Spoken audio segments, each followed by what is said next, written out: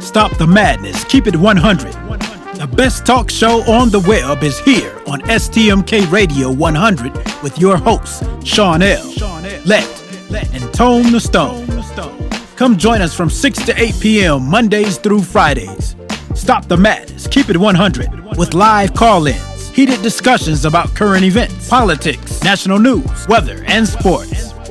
Join our live online chat room and let your opinion show. Download our phone app. Stop the madness. Keep it 100 on STMK Radio 100. Come join us from 6 to 8 p.m. Mondays through Fridays. The best talk show on the web is here on STMK Radio 100. Call us at 1-866-484-7865. That's 1-866-484-STMK. Stop the madness. Keep it 100. You're listening to STMK Radio 100. Dropping that heat.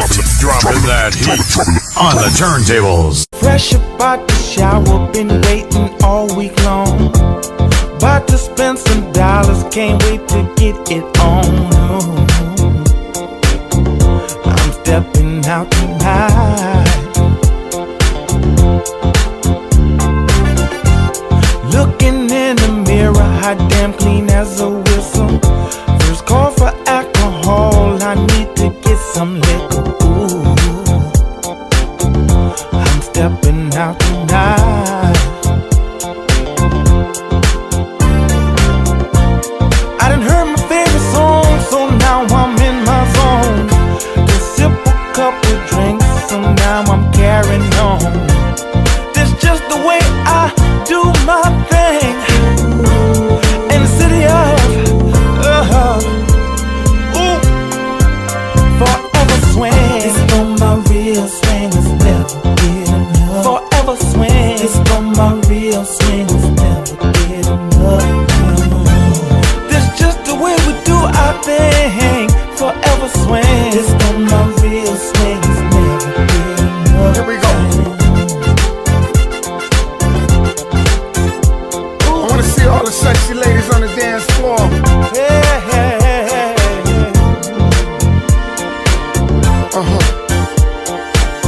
This for my real swingers, never get enough. Love is in the air, and yes, I'm feeling good. Right. Crank the music up, wake up the neighborhood. Turn it up, turn it up. I'm stepping out tonight.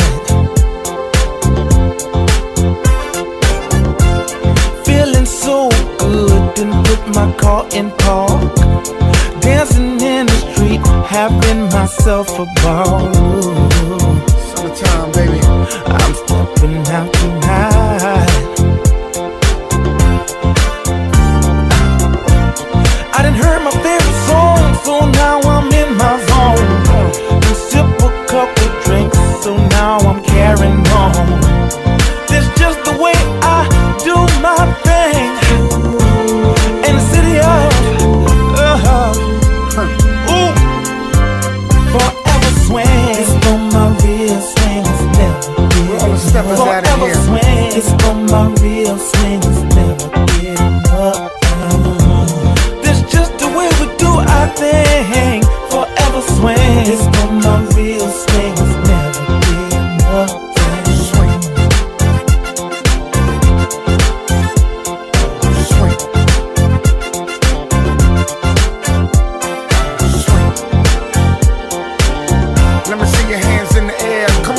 This for my real swings, never get enough.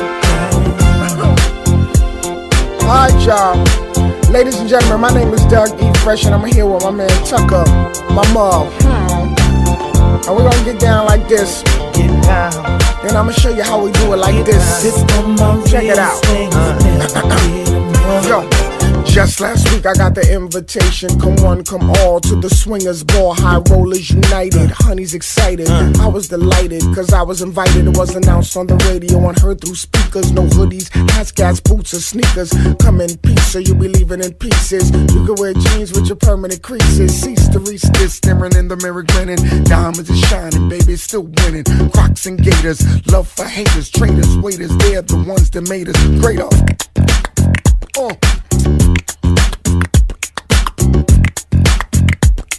Sweet. See, I didn't hear my favorite song, so now I'm in my zone. Just sipped a couple drinks, so now I'm carrying on. See, it's just the way I do my thing. In the city of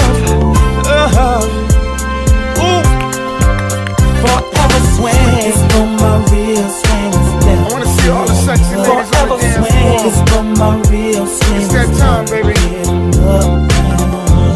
That's just the way we do our thing. Forever swing. It's for my real swing. Get it in now. It's for my real swing. Lord have mercy, Lord have mercy. Side to side, baby. It's for my real swing. Get it in. Get it in. That's just the way we do our thing. Forever swing. This is Tassie Hawthorne from sunny California, and I listen to STMK Radio 100. Stop the madness. Keep it 100 on Facebook Live. When you buy delicious Girl Scout cookies, girls embark on great adventures. Explore exciting careers. Gain important life skills. Dream big. Face their fears. And so much more. That's right, your cookie purchase equals amazing experiences for millions of girls just like me. Good evening on Halloween night. Tonight, we're going to be live at the University Heights Hollow Night Safety event, walking the streets with the kids as they are trick-or-treating. And for our guests and our audience, we're going to look back on this Halloween special at the 57th Mayoral Election with our man Saxman and comedian Doug Million will read Eric Jonathan Brewer's manifest on how he feels the mayor of the city of Cleveland, Frank Jackson, is operating and running the city. So as we enjoy our time with the kids, you sit back and relax, and let's go back down memory lane. You're listening to Stop the Madness, Keep It 100 with your host, Shawn L, Let, and Tone the Stone on STMK Radio 100, 100, 100.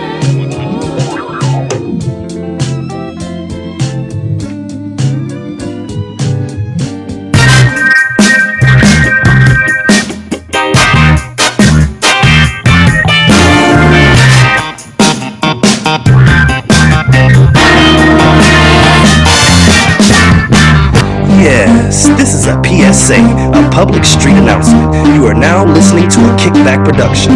Light up your L's, lean back, and listen.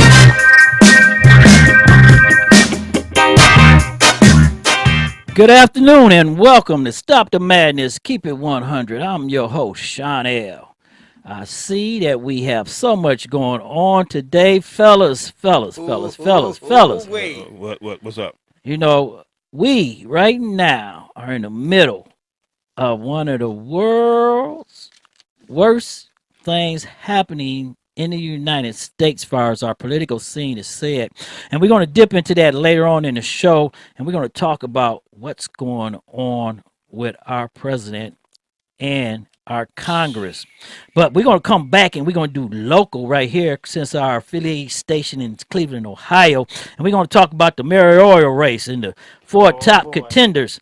You know, the next mayoral race will stop at the front door. Police reform, And tonight, we're going to go all through that. We're going to talk about the candidates, the statements they put out, and what they have to say. We have an insight of where the candidate stands. Pro-police reform activists had an early win on their reform efforts and had removed a prosecutor and stopped a judge who set over a Cleveland police officer's trial from getting reelected.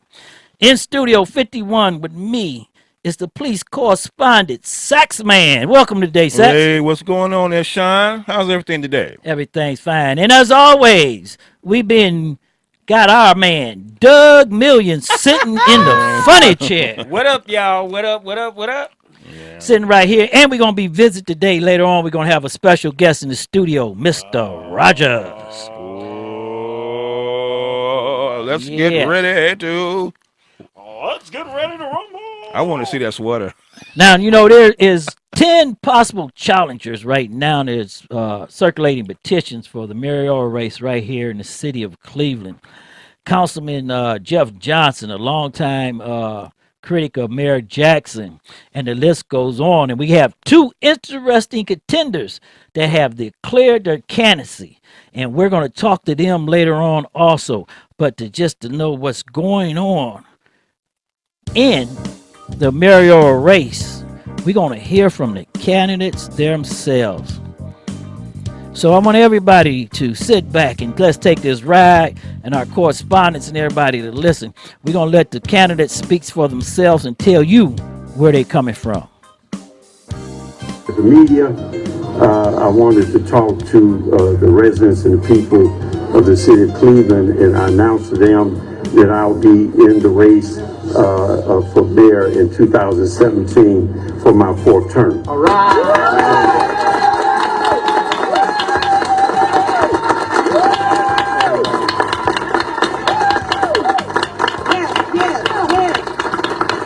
I had said to them I was going back and forth as to whether or not I should run, and I created a ledger of why I shouldn't and then why I should.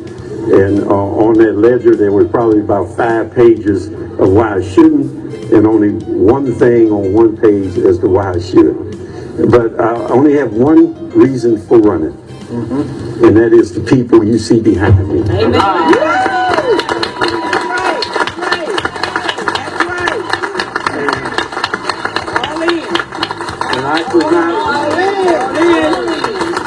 I could not just for my own comfort, for my own, security, or for my own peace of mind, just walk away from the issues that they face every day.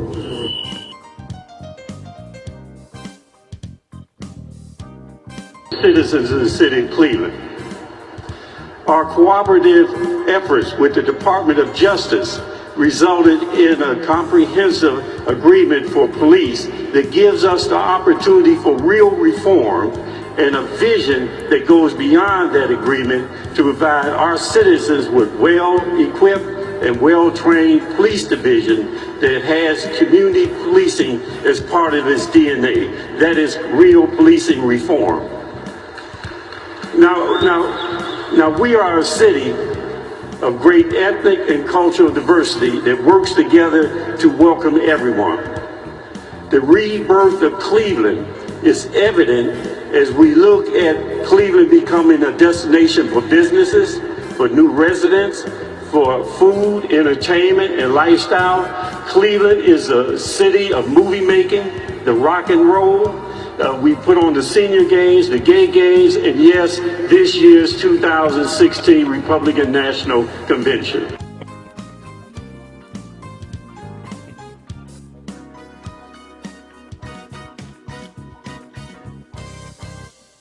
Throughout this city, and I talk to the people, I am reminded that we still have a ways to go to become a great city. A truly great city will be measured by the well-being of its people, and particularly the least of us. But I'm not talking about welfare and charity. I'm talking about how do we have everyone participate in that quality of life and the prosperity that this community creates.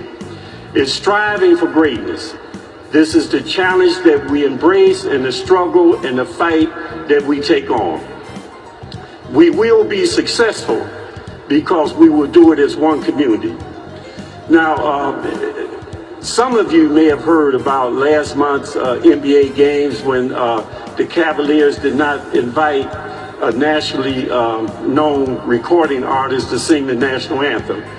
In this building, we all sang it together. And now, that was Mayor Jackson right there announcing his candidacy. And, you know, I want to say this, you know, I think the mayor's in trouble, Doug. Whole lot of trouble, brother. You think?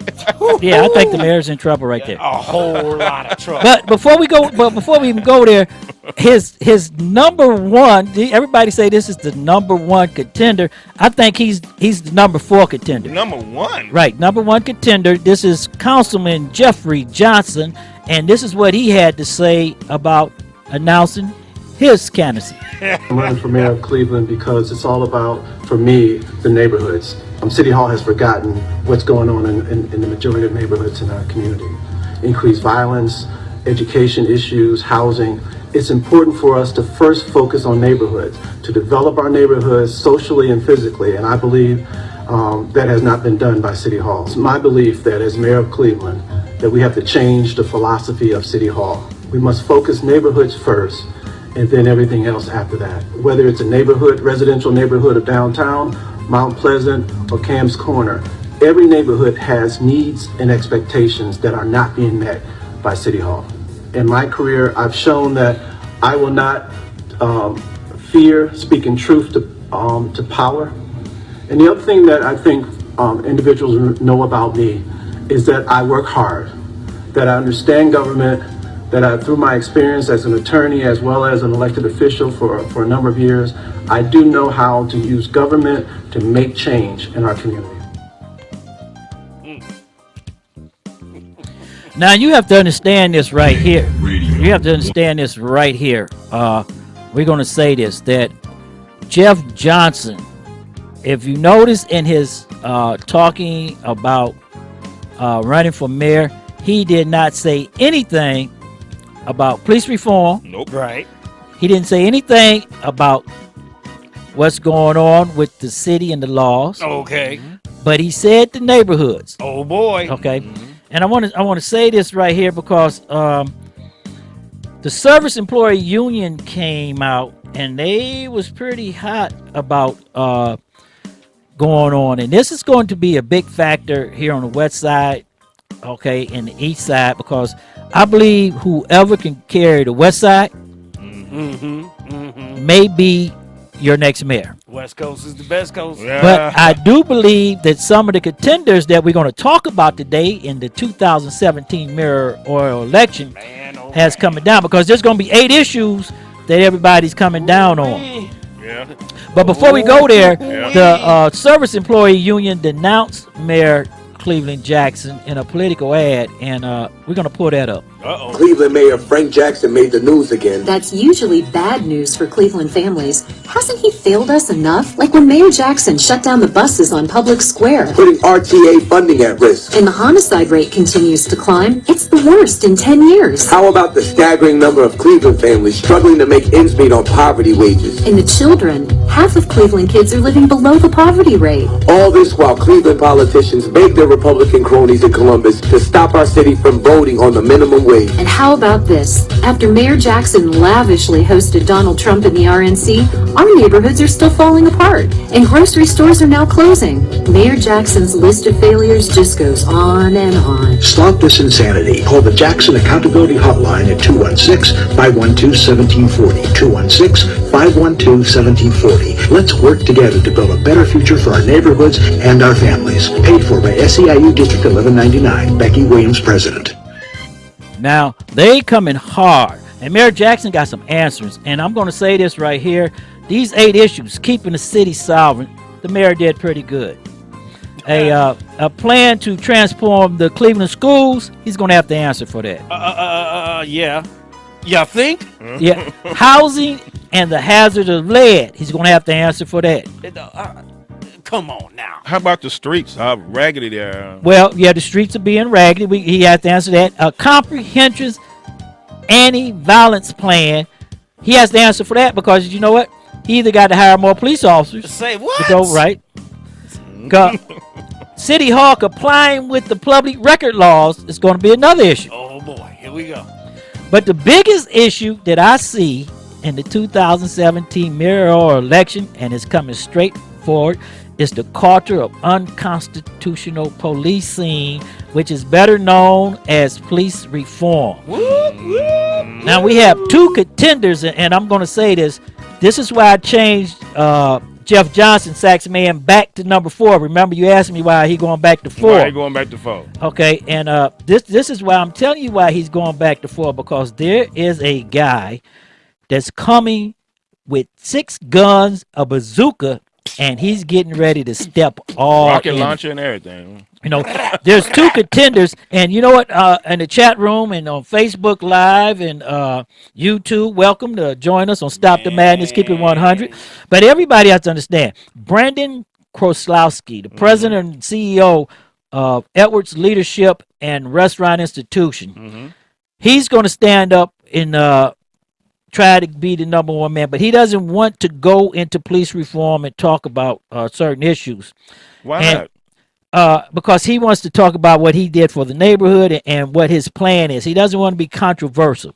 But we have a guy that is going to come in and smack his opponents right in the mouth. He going right to it. We're talking about the former East Cleveland Mayor Eric Brewer, who announced his campaign on his Facebook page. Watch out. And he went in. You understand when I say he went in? He took the gloves off. Okay, he took the gloves off. He took the gloves off. And I want everybody to hear him in his own words. Here we go. Here we go.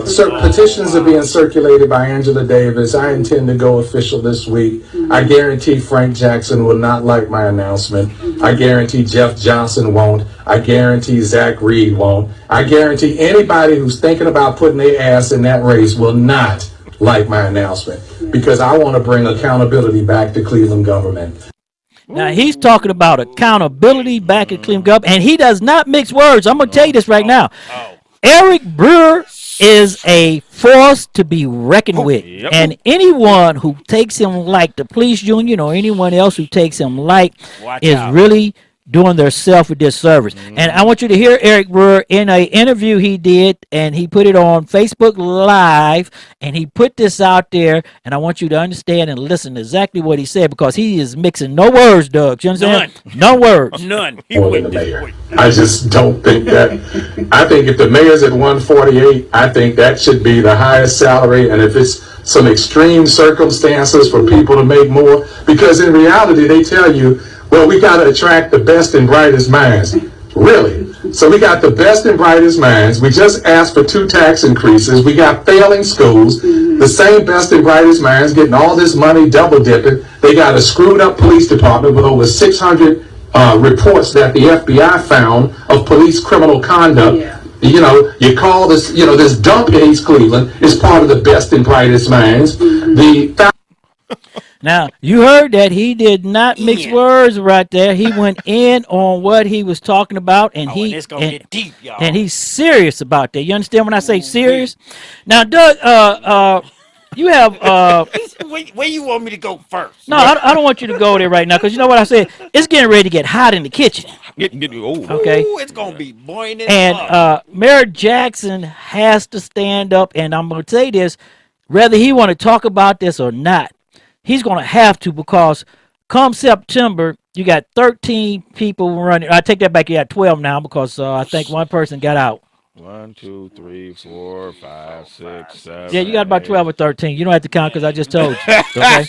We want to make sure. This is keep it real. Then, you know, they got the wise, interesting developments, because guess what? He's going to have to talk police reforms. Yeah. Mayor Jackson has a problem where he has Steve Loomis, he has the police department where they're being blamed for certain things, and Eric Brewer is taking it to the hill with it, folks. I mean, he is going in. He is not mixing his words. So Eric Brewer is going to set the tone for the 2017 mayoral election. Jeff Johnson is either going to have to come out swinging, like Usain or Bolt, he's going to get knocked down. He's gonna get knocked out. Okay, and you have to read between the lines right now, because Councilman Zach Reed, after he heard Eric Brewer was coming in, he's saying, I'm still thinking about it now. Right. You ain't heard nothing from him. Okay. He said he got to think about whether he can win or be a candidate that can get into it. We ain't heard nothing. He's trying to say his mentors out of San Francisco, Willie Brown. But I'm going to say this right now. I think when Eric Brewer put his statement out there, that he really, really, really knocked it down, because Eric Brewer not only has a statement out, Eric Brewer has a platform. Yep. And on his platform, he talks about the Noble Road dump. And he says if Ohio lawmakers don't pass a state law to create a violent offender registry, he's going to write an ordinance to do it himself. He going to do it. He sound like Donald Trump. Okay. That cat standing up, he's saying get down or lay down. He walk in office and start making just. Then he went into a statement. I'm going to state this statement. He went into a statement and said if he was the mayor of Cleveland, when the Tamir Rice incident took place, he would have been standing next to Tamir Rice's mother, protesting. Okay. He says the labor agreement with the Cleveland Police Patrolman Association acknowledged that the director of law has to determine if the conduct of police officers are criminal in the line of duty. He also has to determine if the police officer was within his rights in his employment. Eric said that's a double standard, double duty, that he can't do it, and he will remove him from the thing. Okay? He would not allow the law director to make that determination. Okay? He's saying that he would have a special person make that determination, because the law director has to charge a police officer who engaged in criminal misconduct pursuant to the labor agreement, and that's a conflict of law. And the law department also has to charge a police officer. Okay, he said they can't do both jobs. They can't have an opinion on that. And he goes in, and when I said he goes in, I'm not going to quote some. I'm not going to talk about some of the cases, because he has a public statement, and we're going to put his public statement out as is. He says the school situation bothered him, and that the lack of school bus services to our kids is what put taxpayers and them at a bad disadvantage and put our children out there. He said it was $40 million for children tax levy, and he can't even call a parent to let a parent know her child was missing. Okay? What you say? Whoa. Eric Brewer also on his platform, and we talking about a platform. He's the only one to put out a platform and put out his stuff, and he has not mixed any words right here. Man. We do not need any more empty lots in the city of Cleveland, Mr. Brewer said.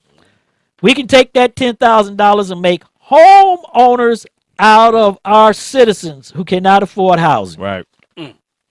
Now, ladies and gentlemen, I'm going to say this right now. Say it. He's talking about rehabbing our vacant houses and taking people who cannot afford houses and putting them in those houses and making them homeowners. Right. So he talking about fixing the homeless situation. And we ain't heard that from nobody else who's been trying to run for mayor or has been mayor. Okay. He's the first.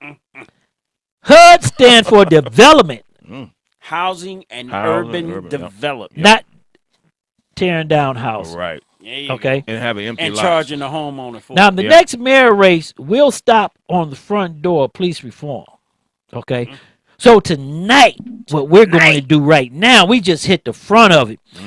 We're going to talk about them. Doug, who are all those other people in the race? Man, we got so many people in the race. Like you say, we got let me see here. What's that? Get this in order. Vladimir Lucci. We got Zach Reed. We got Brandon Krotowski. Yeah, Krotowski.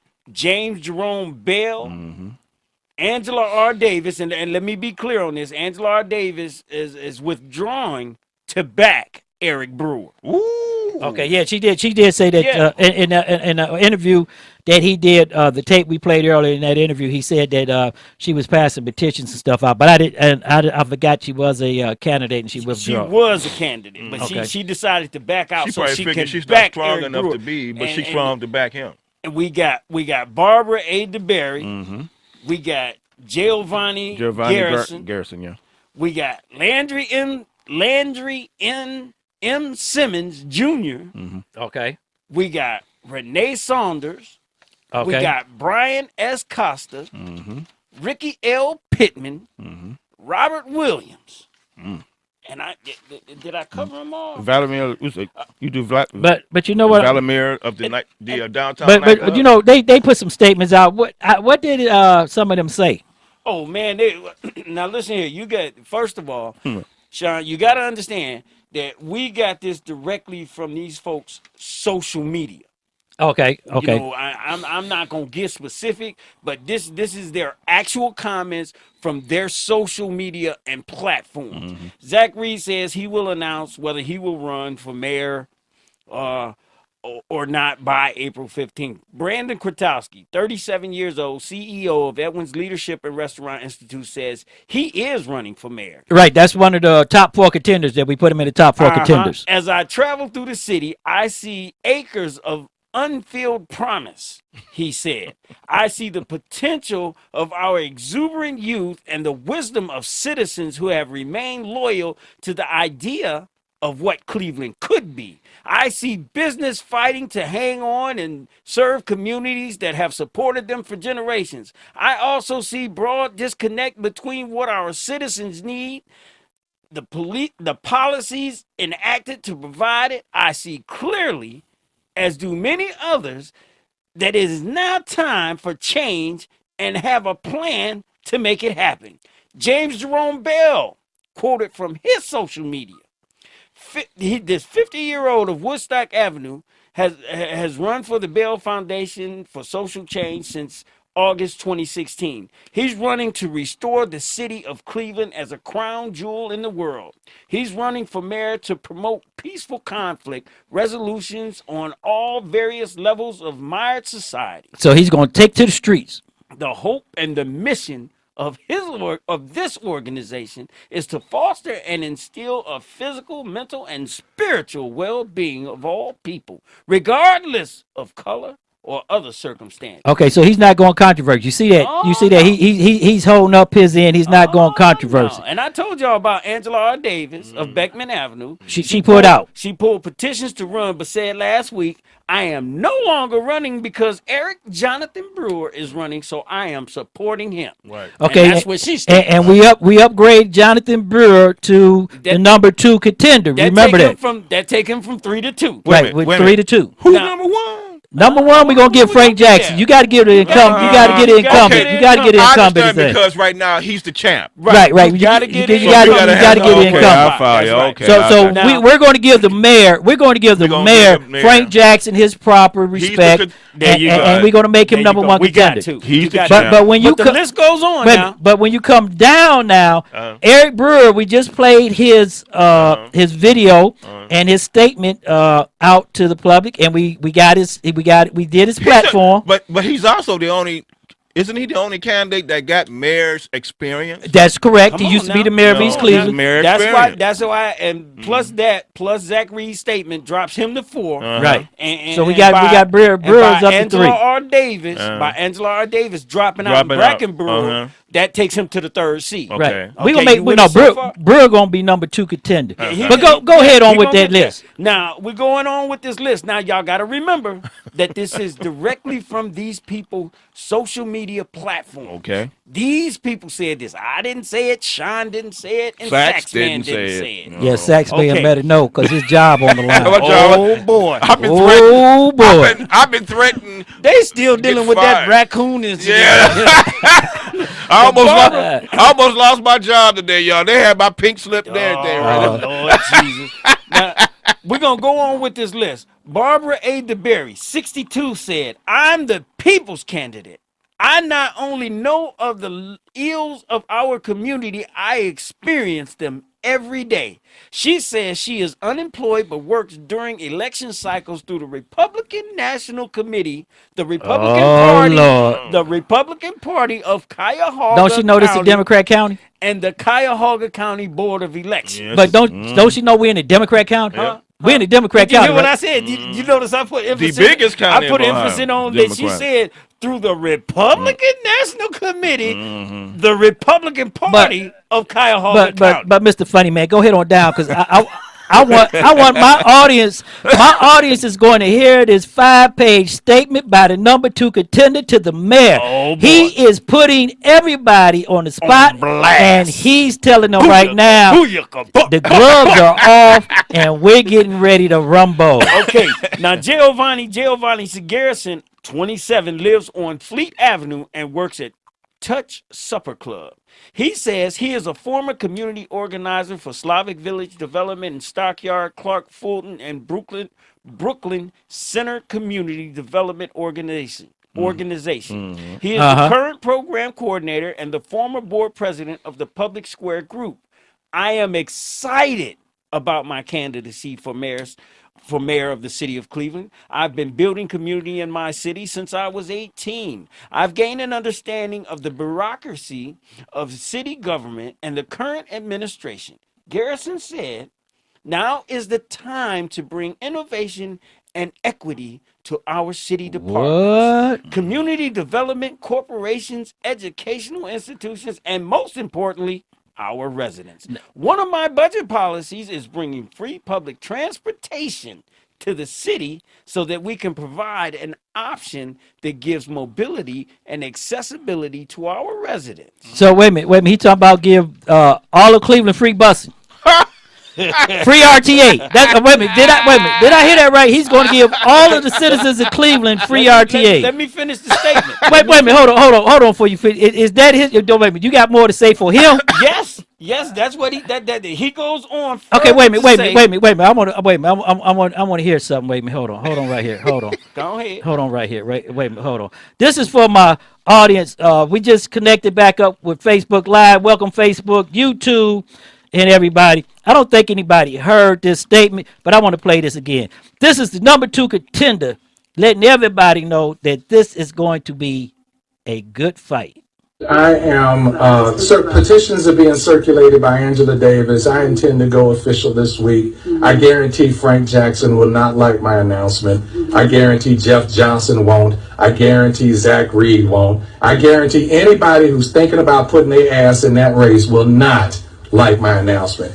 Now you heard that. You heard what the man said. He said anybody who put their ass in that race, they would not like that announcement. But I want everybody right there. Because I want to bring accountability back to Cleveland government. Okay, and he talking about accountability. But go ahead, Doug. I didn't mean to cut you off. Go ahead.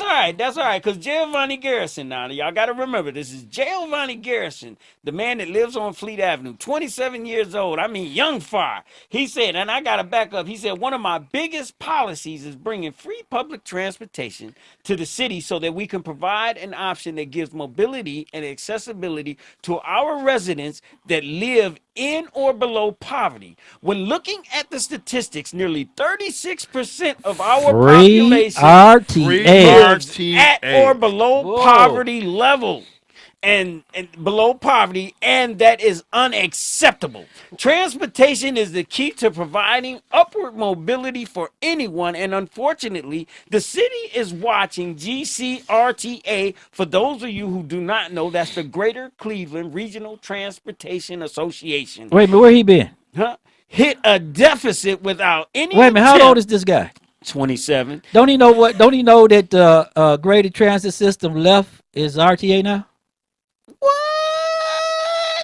Oh, okay. Apparently not. Because he said he goes on to say, without any attempt to assist or speak up, without any assist. Well, let me say this right here. Speak up. He said the medium income household income for the city of Cleveland is $26,000, and that's for blacks, and for whites it's $48,000. Okay, so the poverty level, I don't know if he got that right, but did he say 35.4%?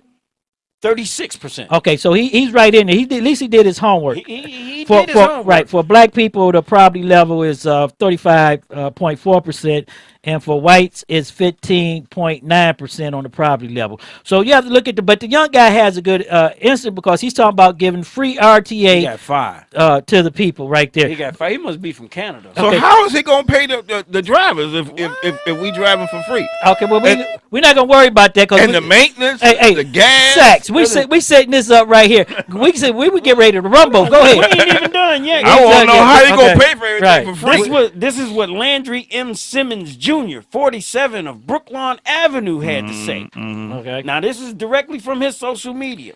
Is currently a law enforcement official of 25 years.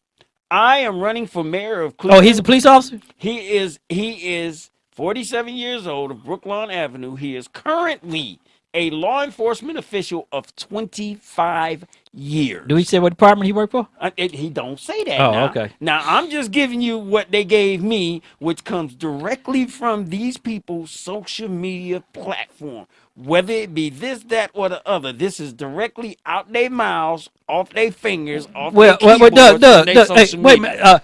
minute. The chat room want to know how long is it going to take you to get to this number 2 contender state? Oh man, look, they bite y'all at the just top. sitting there, y'all just y'all sit there and and wait. keep biting y'all nails because I got some fire for y'all.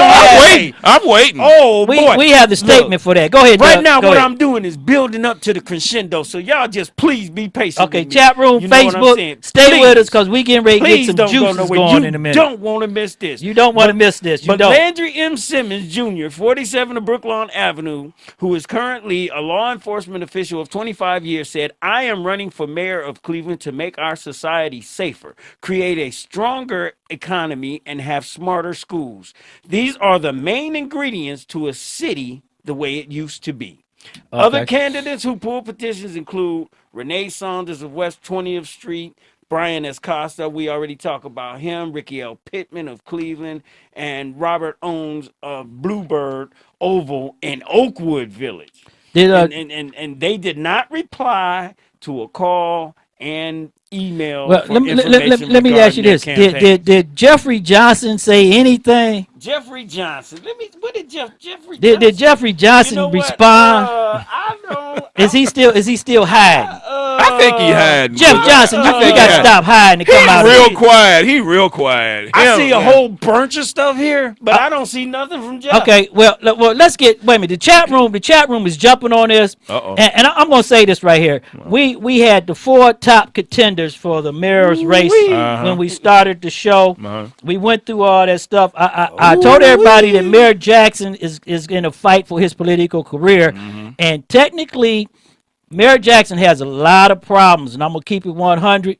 He may not make it to the first 2. I don't think he's going to make it, honestly. And the one guy that jumped in, I'm gonna tell you, this one guy, I played his 2 statements on video already. There's one around, and he has given us a 5-page statement off of his social media platform, and I want everybody to listen to this.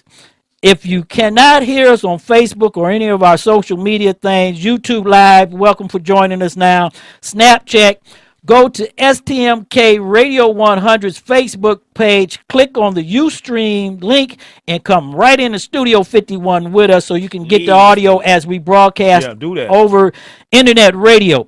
We also like to welcome our 17 affiliate sister stations on internet radio, and we are broadcasting live. And without further ado, we're getting ready to start the fireworks here in the Cleveland Mayoral Election. Grab your seat because this guy goes in, and I know a lot of people say that he's over the top, but I'm going to tell you right now, the fight is on. So without further ado, ladies and gentlemen, weighing in the blue corner, let's get ready to rumble. Ladies and gentlemen, without further ado, this is a statement put out by Eric Jonathan Brewer. Now, I need you to understand, these are not my words. This is no shucking and no jiving. Right, if you want to check I have been instructed, not only by Shawn, but by our producers, to read this verbatim. At gunpoint. Let him say his own words. And We have without to. further ado, chat room, I hope y'all is listening. Oh, the chat room's fired up. Man, y'all better get whoo-wee. Eric Jonathan Brewer statement. Fuck the $337,000 Mayor Frank Jackson has raised from corporate Cleveland. It ain't enough. And I'm telling my friends first, I'm excited about challenging him to become Cleveland's next mayor. When I heard Jackson's announcement, I got pumped about seeking your help to collect the 300,000 registered Cleveland signatures needed to get on the ballot. If his best intellect and knowledge is what I saw and heard on display in Ward 1 last week, it ain't enough. He said a lot of people were coming after him. I'm one of them. For real. I hope he doesn't try to hide from me, and I ain't worried about the others. This race will be between me and Jackson in November. He already knows. It's a damn shame when a mayor says he works for city employees instead of the residents who voted for him like Jackson did during his re-election announcement. The normally confusing Jackson did not lack clarity when he announced his reason for seeking a fourth term in office as being because of them, the people behind him. Remember his words. Jackson said he identified 4 pages of reasons why he should not seek another 4 years. I'm at 100 pages. He admitted there was only one reason, on one page to justify why he should run. And he pointed to the people behind him, their city and campaign workers. The taller man the Jacksons left with the gray tie is Darnell Brown, his chief operating officer. I want you to think long and hard about what it means for a mayor to admit he works for employees, not the voters, taxpayers, and a city's inhabitants. Let's first look at the numbers. 82% of the workforce in the city does not live in Cleveland. His words, not mine. That's what Jackson shared at Ward 1 meeting. It means the overwhelming majority of workers in the city can't vote for the mayor who oversees them. We've long complained that the city's employees who work for us are not being held accountable. Did you say that? Yeah. Ones we know are wrong don't get fired for misconduct or prosecuted for the crimes they commit.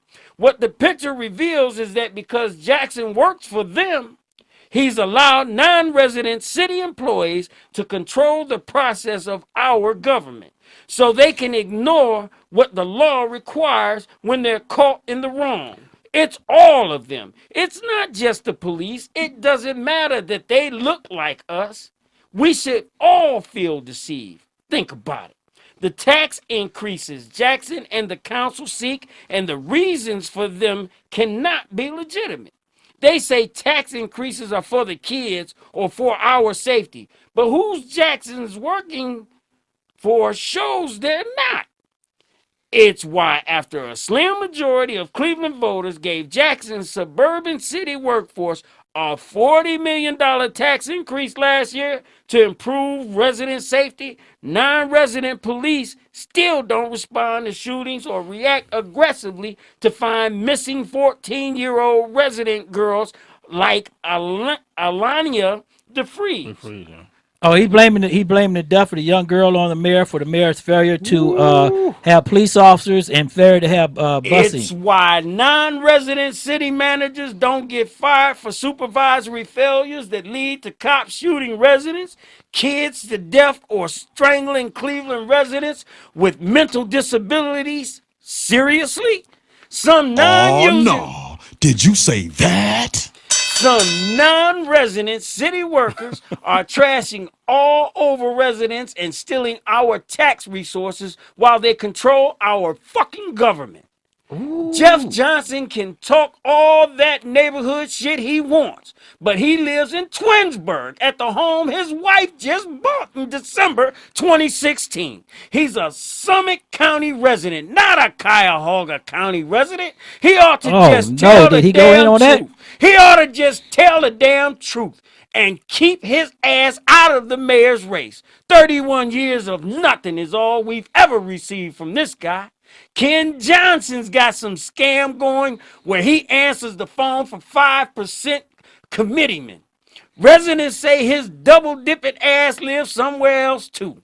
This is the chaos Jackson reigns over as mayor and why no one at City Hall really gives a goddamn shit about the people of Cleveland. Damn. 100 non-resident police employees invade another city and murder 2 unarmed resident citizens. No problem. Wait a minute, Doug. Hold on. Take a breath for a minute. Damn.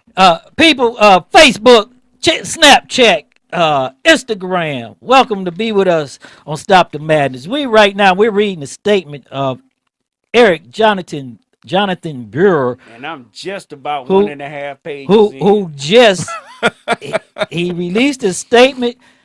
He lives in the city of Cleveland. Yes, I see Facebook asking all these questions. Yes, he's going in, and he is getting ready to put a platform together for Mayor Jackson. And I want everybody that's joining us right now, give him a minute here, Doug, for everybody that's joining us. This is the audio statement that he gave out that we're playing. But we have to read his 5-page statement because that's the only way that he would give it to us off of his social media platform. But we do have him personally on audio. I am, petitions are being circulated by Angela Davis. I intend to go official this week. I guarantee Frank Jackson will not like my announcement. I guarantee Jeff Johnson won't. I guarantee Zach Reed won't. I guarantee anybody who's thinking about putting their ass in that race will not like my announcement because I want to bring accountability back to Cleveland government. And he said he's going to bring accountability back. And on some of the stuff we're reading right now, he had a question about that. And for the law enforcement people in the chat room, yes, he did say some things that's going to go front and center on police reform. And we're going into that right now because police reform will be the issue of the mayoral race for 2017. He's been sitting around waiting for that. I'm going to let you hear it in his own words. He is a individual, and I'm going to say this, who's running for mayor for the city of Cleveland that you better not underestimate. And you better take serious. And you better understand that he is serious about saying what he's going to do. I have some platforms right here that came up, and we talked about his platform earlier. And I'm going to say that he is the number 2 contender in the race, and Mayor Jackson's going to have to put on his big boy pants, and he's going to have to stand uno, or he's going to get stepped on and not even be in the runoff. You talk about a guy saying what he mean and mean what but he said, right. This guy is saying it, and I'm gonna pick up right. But hold on, before you go back there. Hold on, before you go back there, because Snapchat just came in with us, and before you go there, welcome. I want them to hear his second statement. I just don't think that. I think if the mayor's at 148, I think that should be the highest salary. And if it's some extreme circumstances for people to make more, because in reality, they tell you, well, we got to attract the best and brightest minds.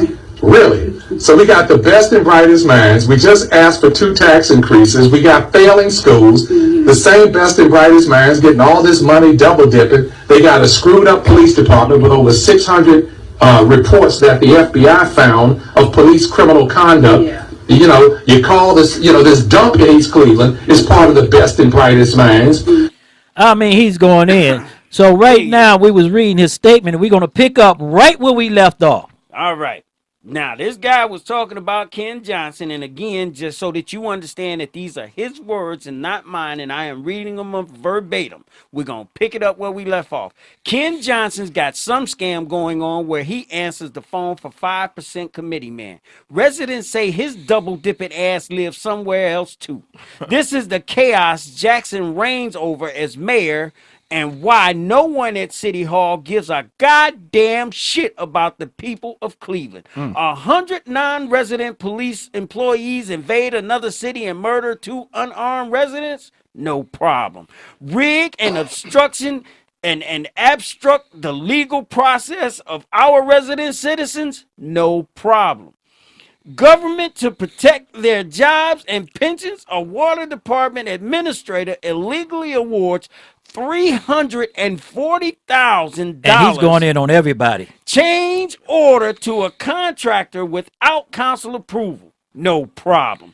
Call it an administrative mistake and not a second degree misdemeanor. Dereliction of duty and obstruction of official business. How many times have we asked Jackson in the past 4 years to fire Martin Flash, Michael McGrath, and Calvin Williams for police violence found in a U.S. Department of Justice investigation confirmation over 600 cop crimes? And you know he's going off, before you go back any further, you know he's going off of, he's using the CPPA own words against them.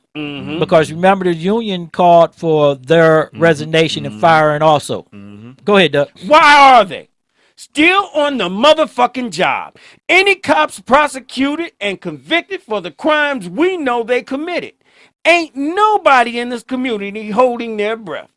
The imagery Jackson's backers create for in the picture should actually piss you off for its cynical disrespect, and we should not be fooled. The picture is staged. City Hall and Jackson campaign supporters ain't that black. What? No white people? Motherfucker, please. All them black faces behind Jackson. What'd he just say? Motherfucker, please. Oh, no. Did you say that? Yeah, he did. all them black faces behind Jackson ain't nothing but a political illusion designed to create an appearance that the descendants of slaves are behind Brother Mayor because he works for them. The people pictured are either city or campaign workers living well off our tax dollars or expecting to get back a piece of the $337,000 he raised from the other people he works for. Corporate Cleveland. What the picture confirms with the presence of his chief operating officer, Brown, dollars will be his hidden campaign fund. This means Jackson will have roughly 7,800 full and part-time workers he's working for who will be ruthlessly trying to convince you to re-elect him so they can keep fucking up, covering up, and getting paid. Oh, no, he didn't say that. President, yeah, he did, and he went deeper. Brown's presence confirms that even though it's illegal to campaign on city time, there's no chance any Jackson-friendly non-resident employee using city vehicles to drop off his political signs and literature or to remove the signs and literature of his opponents will ever be held accountable. That's why I'm running for somebody's, because somebody's got to refocus all of City Hall's attention. Wait a minute. Hold on, Doug. Because I want to bring the chat room in, but somebody in the chat room just said he's cussing like a sailor on leave with some alcohol. Yeah. I mean, he's going in, and I want to say this right here. This is why I moved him, and I said this when I was at talking with the police officials and city officials and talking to people and going into the town halls. He makes Frank Jackson a target, and he has no problem with saying what he want to say. So he's going to make Frank Jackson answer to some of these questions that he's calling, and he's calling Frank Jackson out. Lay down or get down. Okay, and Frank is either going to have to step up to the plate. Lay down or get down. Or Frank going to get left behind. And Jeff Johnson, he got to quit hiding. This cat is coming in like, I'm going to whoop your ass or you going to whoop my ass. As in the chat room, somebody said, I'm looking on Facebook Live, it looked like Mud is getting ready to get slinged here. Go ahead, finish up that statement. That's like somebody's got to focus all of City Hall's attention on Cleveland and Clevelanders and no one else. So I'm seeking the nomination to become Cleveland's 57th mayor and its best ever. I'm that competitive. And he said that in capital letters. Competitive when it comes to work. Competence, reading, diligence, understanding, insight, compassion for the people have never been an issue for me. I strive for a high level of proficiency in everything I do. Shit, I look so good in drag, one of my opponents told someone I look better than his wife. Did you hear what I said? Oh no! Did you say that? This man said shit. Oh no! Did you say that? Yes, he said shit. I look so good in drag. One of my opponents told someone I look better than his wife. And if that's the best you got, it ain't enough. Don't let my sexy ass and panties distract you from the political ass whooping that's coming. I've already been prime time and handled that shit. Frank can't touch me. Johnson can't touch me. Reed can't touch me. The Russian dude can't touch me. Look at their Facebook pages. What Zach got? What Zach get? 3 likes, 1 share? What's on their pages? Facebook has came in to the mayoral election, and people, I'm gonna say this: Eric Jonathan Brewer is not a person to take lightly. He's a beast, and he's letting everybody know that there's going to be a fight for the 57th mayor position, and he has clearly stated he's going to do some heavy police reform. This cat is getting serious. Go, Doug. Could let him finish that before. I don't want to cut Jonathan off. What's on their pages? Pictures of them? I've reviewed all their pages. They've never uploaded a single piece of legislation they're working on in council and asked their friends to offer their opinions on it. They don't share council schedules, agendas, legislations, or minutes of meetings. They don't upload the city record where every act council has engaged in for the beginning of the city's history is recorded. http://www.clevelandcitycouncil.org/legislation/the city-record. They don't even do it. He telling you to do it. Go look at their page. They don't even bother to Facebook Live their inside council caucus discussions, or committee meetings. They share nothing. They teach nothing. They take all. All of them are responsible for the dump that's affecting over 100,000 around wards 8, 9, 10, and 11. I'd be ashamed as a knowledgeable elected official to have an exclusive group of friends with whom I don't share what I learned to strengthen their base of knowledge, especially about open government. Hold on for a minute, Doug. Hold on. Facebook Live, Snapchat, Instagram. Welcome to Stop the Madness. Keep it 100. Right now, we're reading the statement of a mayoral candidate, Eric Jonathan Brewer, and he came out swinging, and he means business, and he wants everybody to know that if you take him lightly, what he's going to do. And he told Mayor Jackson, and he told everybody else in a video, audio, how he feel and what he was going to do. And I want to play that one more time for my social media outlets so you can know. And I'd like to welcome our sister city in San Francisco, KALW.903 on internet radio. Thanks for coming and listening with us. It's Stop the Madness, Keep It 100. We are now talking about the 57th mayoral race in the city of Cleveland and the number 2 contender who's about to knock Frank Jackson off his seat, Mr. Eric. It's going to be in his own words.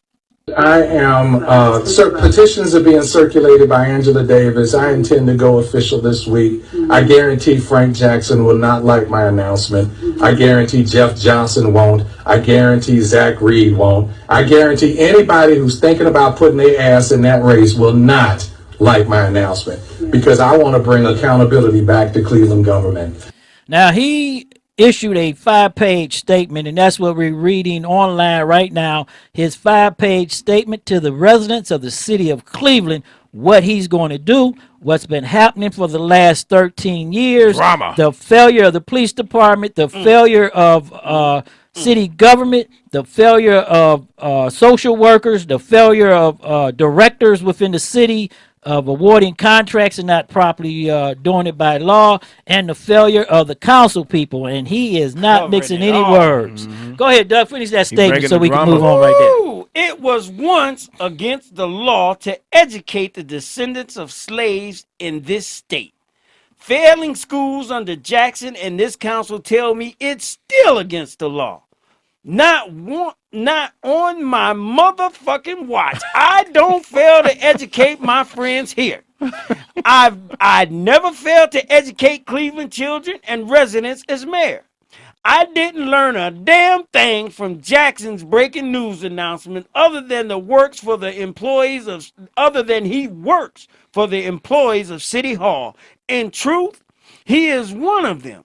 It's the only place he's ever worked after earning a law degree, and he's too close to the city's workforce to be an effective manager. Sometimes non-performing employees have to be fired, even if they're your friend. The criminals among them have to be prosecuted and convicted, even if they put up your signs and donated to your campaign. The office of mayor does not belong to the individual, it belongs to the people. The duties of each office are found in constitutions, laws, and ordinances that I'll swear to obey and enforce. I already know how this goes. You already know how I think. And some of you have up close experience with how I work. There are cops who know none were hired until I interviewed them. My former cabinet members will tell you about the 3 a.m. emails they got from me when they... Oh, did we go back to the 3 a.m.? Who said that the first one, the 3 a.m. call? Hillary Clinton said that about Barack Obama, wasn't it? Yeah. Who's going to answer that 3 a.m. call? Eric Brewer is slaying. He's serious about this, people, and I want everybody to know that I'm going to try to get Eric Brewer on my show. It's going to be hard because I'm a retired police officer, and we did have some words, and we're not thing because we did go at it, and I gave him a piece of my mind. But he is going to be a field to be reckoned with in this election, and everybody should understand that. We cannot turn and pass think Eric Brewer is going to be passed over. I told police officials the same thing.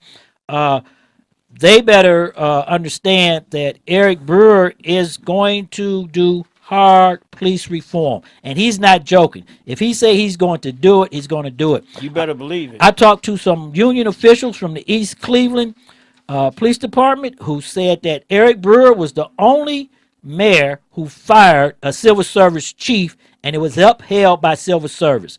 Now, I do know on some of the platforms that he said he was going to do, and I'm going to bring that back around, is that he said that he was going to take, and I'm not going to quote this, people say that he said, so I'm going to put this on a form for everybody to understand. This is not Eric Brewer's words, but on police reform to take away binding arbitration. Today, our state legislators has put in laws to bring us into a right-to-work state. That's to take union rights away from union employees and only allow the union to talk about wages.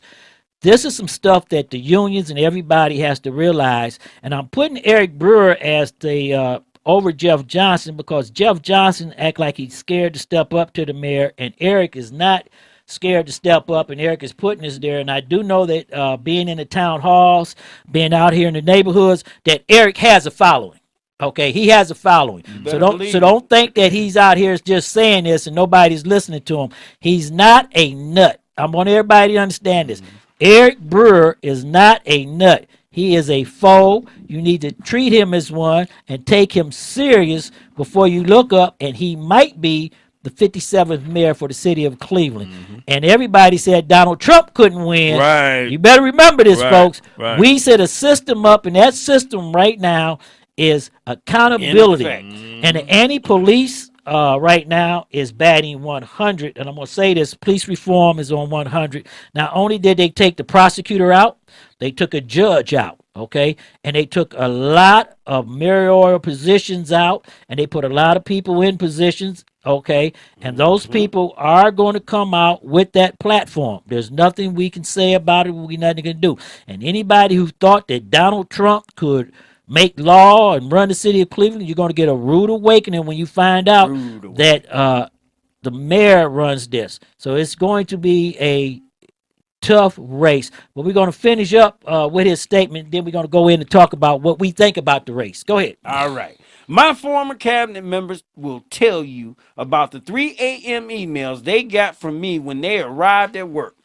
Residents displaced in large fires know I showed up with the Red Cross, food, physicians, medicine, and ensured they found lodging.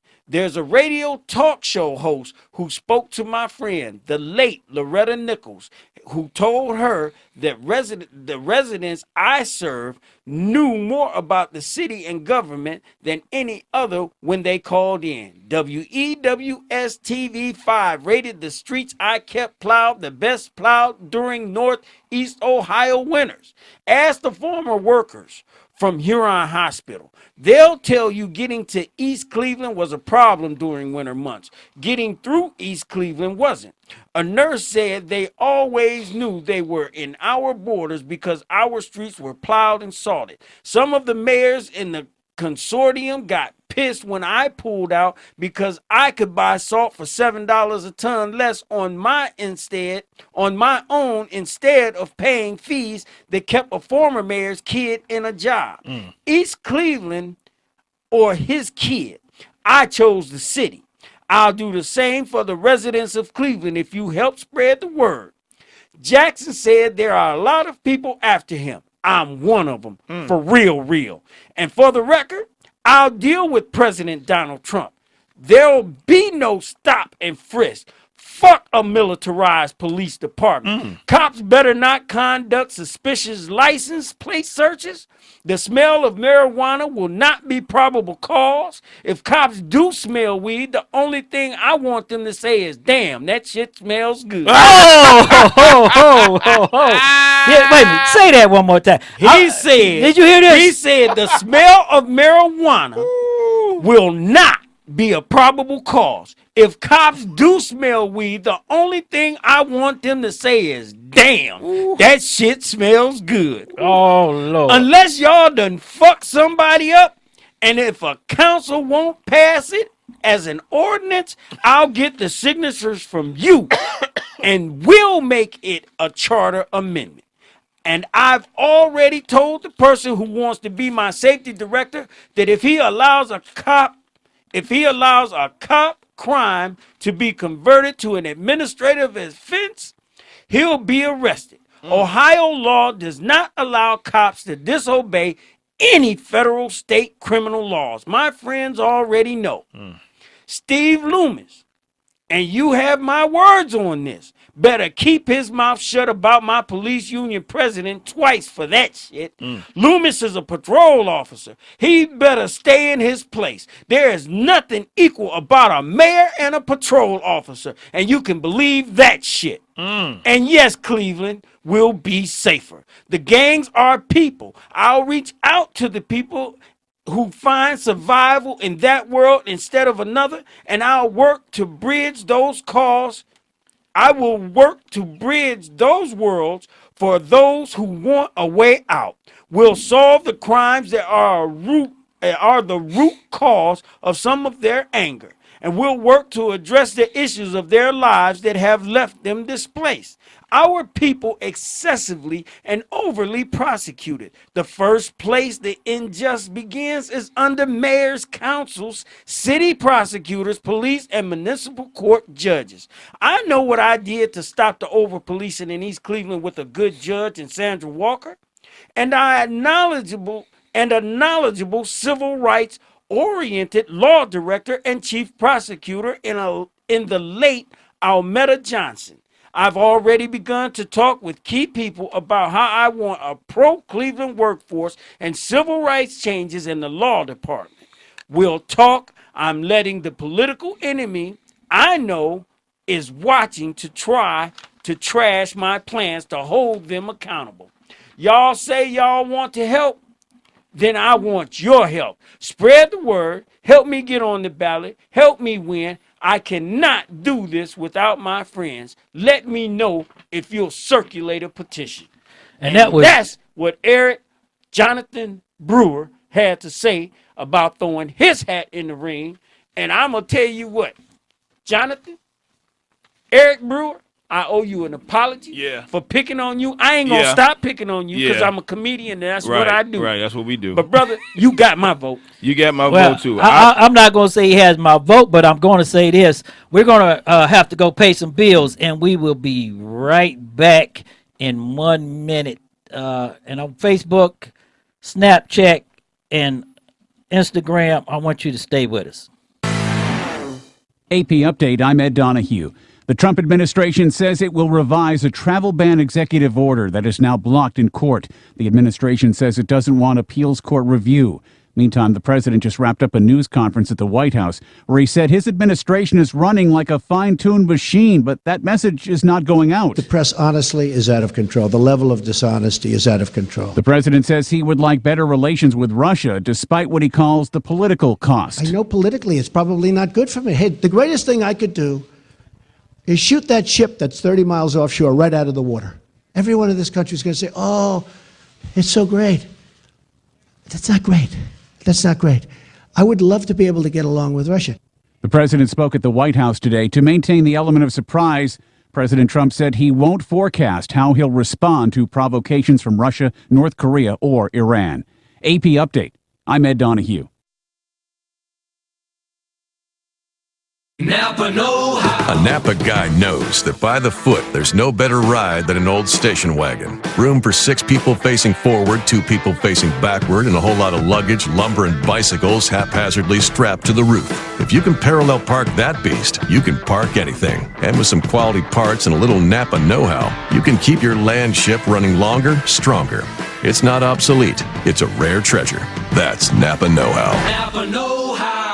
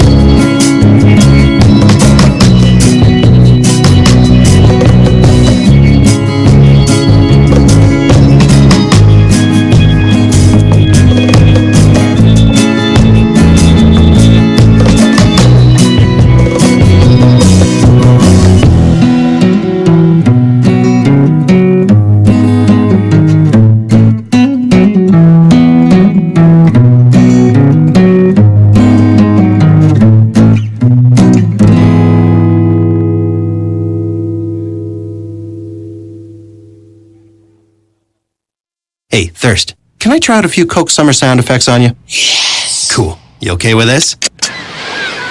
Yes. And this? Yes. And what about this?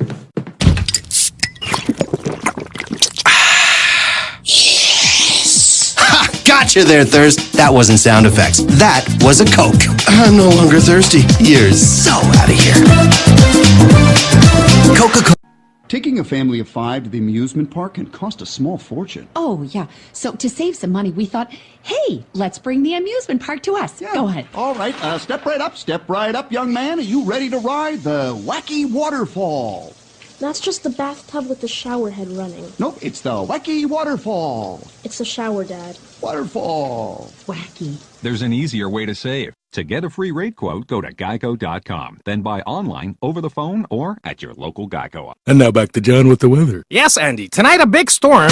Storm this! Get the soccer offer from Pizza Hut and Pepsi. With every 2 medium pan Super Supreme, you get a real soccer ball and 4 cans of Pepsi for free. Yes, a real soccer ball and 4 cans of Pepsi for free. Yes, Pepsi soccer ball.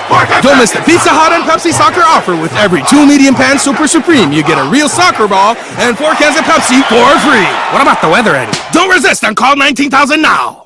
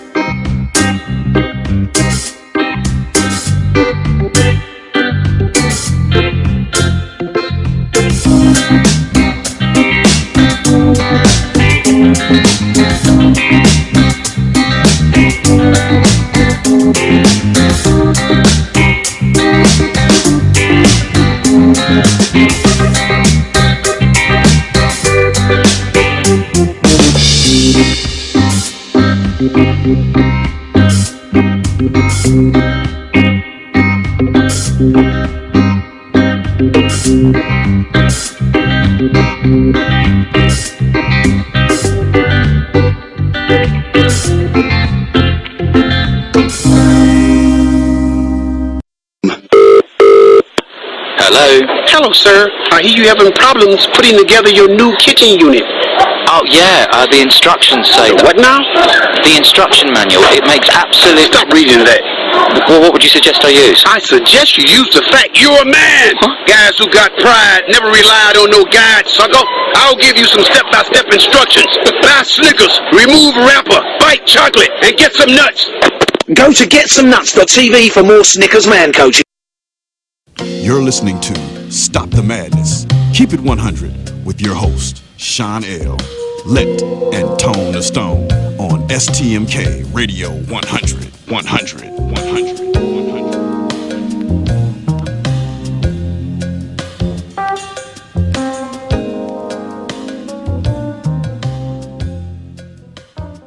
Welcome back to Stop the Madness, Keep It 100. I'm your host, Shawn L. Before we went to the break, we was talking about mayoral candidate Eric Jonathan Brewer, who is the number 2 contender in the race, who has just served notice to Frank Jackson and Jeffrey Johnson and anybody else who got in the race. And I think that everybody need to take Mr. Brewer serious, and I'm going to have to look at his candidacy a little bit better and make sure that he is also, come on, Stop the Madness. We're going to open up the phone lines right now. Our number is 1-866-484. That's 866-484-7865. That's 866-484-STMK. 866-484. Stop the Madness. Give us a call. We're going to open the phone lines for the rest of the day. We're going to have a free-for-all Thursday where you can make your comments and say anything you like to say. We'd like to welcome our sister station, KALM in San Francisco. Thank you for picking us up. And welcome to Stop the Madness. Appreciate y'all listening in. But you know, Doug, Eric Jonathan Brewer and his platform, and I'm going to speak to his platform right now because we're going to go into that right now on this second hour of the show. He has a very serious platform, and I know everybody was going to say that he's crazy, he done lost his mind. After reading his 5-page letter, and he put that letter out, he is serving notice to Mayor Jackson and Jeff Johnson that they're not going to tiptoe around issues right now. And just like Sax Man, you did after hearing that letter, and everybody in the chat room started yelling and screaming and putting their thumbs up, okay? His message touched a lot of people. Yes, sir. Okay. Yes, sir. And in the chat room right now, and I'm talking about chat room around the United States right now, we have 2,900 people in just the one chat room, a Snapchat and YouTube Live. And read some of the stuff they're saying in the chat room. All right, this is what's going on. This is what's happening in Chat City, man. This is straight up out of there. Let me see. Where we gonna start at, man? I mean, whew, where can we start at? We're gonna start with Peggy Day. Peggy Day said, "Nice alternative to taxing Jackson, and no, and nowhere Johnson. But then again, I can't vote because I don't live in Cleveland." And as I see it, none of the surrounding suburbs will ever want the burden of being a part of Cleveland. Right now, people go into work and get out to go home. And if taxes continue to rise, they won't even want to do that. Too many more places outside Cleveland to work, shop, and be safe. We got M. Peacock. And folks in the chat room, if I'm not saying your tag name right, just please forgive me, because I'm so not Mr. Technology. But he fell down the steps and hit his head. Yeah, he fell on the steps. Don't worry my about mama it. dropped me on my head several times on purpose. On purpose? Stop it. But what happened? Go ahead. M. Peacock said, Brandon brings a unique perspective to important issues: criminal justice reform, the education system, and neighborhood revitalization. Hopefully, his presence in the campaign will shape the narrative, but you win have to, or lose. Right, but you have to look at this. Eric Jonathan Brewer's statement overshadows everybody because he comes so hard. And he comes front and forward because he promising the citizens of Cleveland that not only he's going to put Steve Loomis in his place, and I said this at the town hall and last week on the last show, Mayor Jackson has to carry the people that's with him. Marty Flash, McGrath. I hate to see Calvin get put on there, but Calvin Williams. And Eric is promising that his safety director is going to fire them day one. That's what the statement said. Day one, that they're going to fire them. I don't see what There goes something interesting they had to say in the chat room. Go ahead. Let me see the chat room. This is EBBUCATE, Evocate, at NRWM. True, Jackson is loved by the party and his citizens.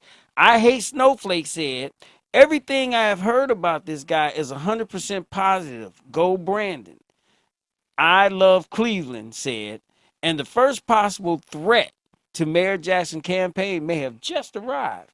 Sorry to the naysayers, but entrepreneurs make a very good elected officials. They know how to create, budget, manage, and are highly motivated individuals. I think he will run an honest to goodness campaign, or at least he claims he will.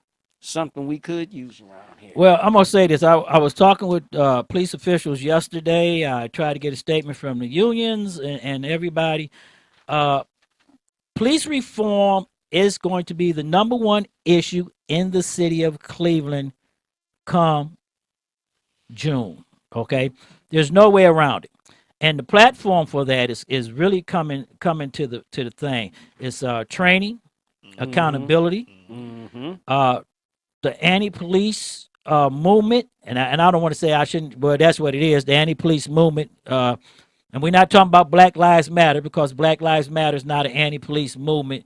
It's so let's not get that. It's a pro-life matter. Right, pro-life matter, whatever. So we're not even going to get into that discussion because we had that discussion forward with the chat room. But what I'm talking about is we have people who actually are putting politicians in position that if they do not run on accountability, training, and police reform, they're being removed from office. And the classic example here in the state of Ohio, in the city of Cleveland, is the prosecutor was put out of office and the judge was stopped from going to the Ohio Supreme Court.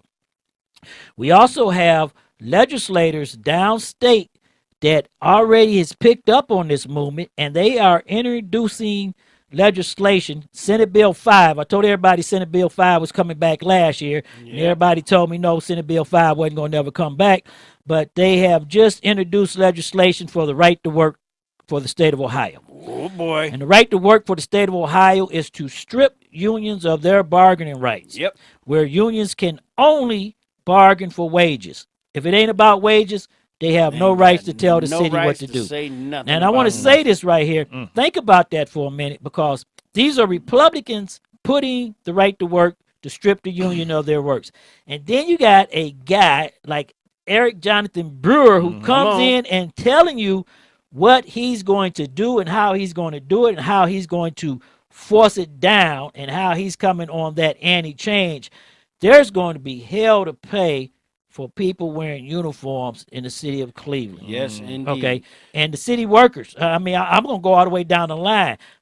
His number when one you say thing. uniform, you mean like city workers' uniforms, or What I'm saying uniform is his number one goal and his platform to say. And I read his letter. I heard him when he was on the show. I'm trying to get him to come in and we can go back and check.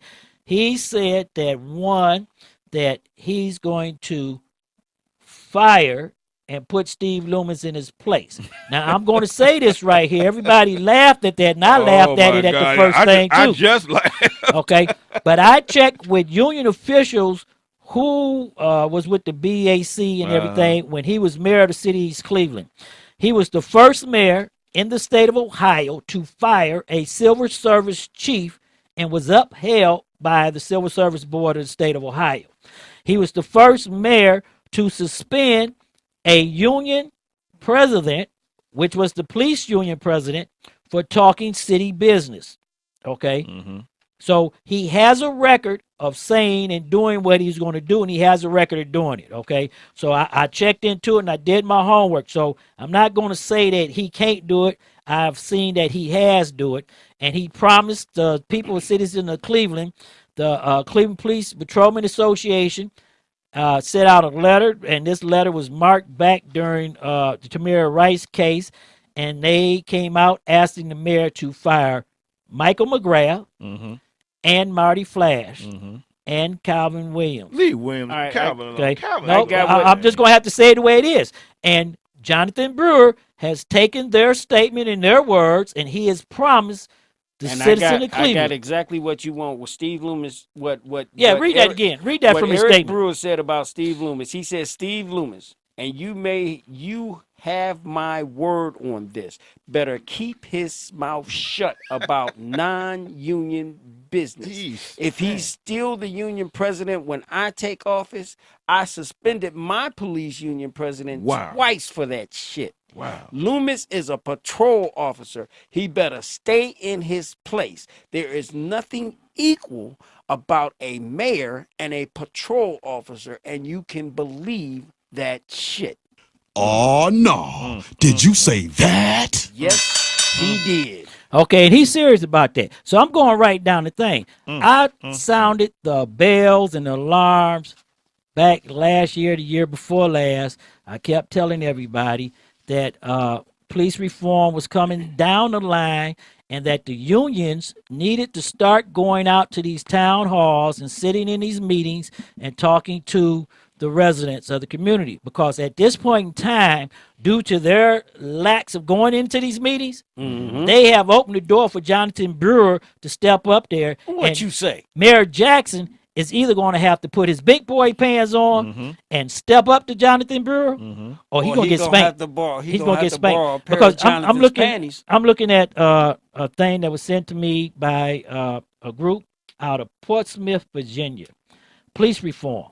For the first time in 25 years in the history of law enforcement, a police officer has been charged and convicted from a shooting in 2015 with involuntary manslaughter, and he's facing a 18-year sentence in jail. Wow. He's going to be sentenced within the next 3 weeks. Wow. We have a couple of other high-profile police cases coming up. We have a Cleveland police officer that's going on trial for involuntary manslaughter or involuntary homicide, okay, which luckily is just a misdemeanor. That case should be coming up. They talk about that also. We also have some other cases coming out of North Carolina, the mistrial of the police officer who shot the unarmed male. Yeah. The federal government came back and charged him with violation of civil rights. He's now facing a 15-year prison sentence when he goes on federal trial. And we have our police correspondent with us, Sax. Where here? You know that police officers every day, now we was just talking about this in the chat room, you cannot. Can I retire today? No, you can't retire today because you know I had to get on Sax earlier because I'm tired of everybody painting everybody with one brush. We have good, outstanding first responders. Yes, we have bad police officers. I'm gonna say about 3%. Other people say it's higher, but I'm gonna say 3%. Okay, and yes, police. If you're a police supervisor or you're a police officer, and I don't mean to say me because I'm out of the field, but you have your department and you have to start doing better policing of yourself. That's where it starts at. Okay, put the joint down. That's where it starts at. Well, you know, it's. I've said it several weeks ago when you asked me, when you had me call in, Shawn. You asked me that same question, and I told you, it starts not in the academy. It starts when you get on the streets with your FTO. And I've said that then, and I'll still say it again.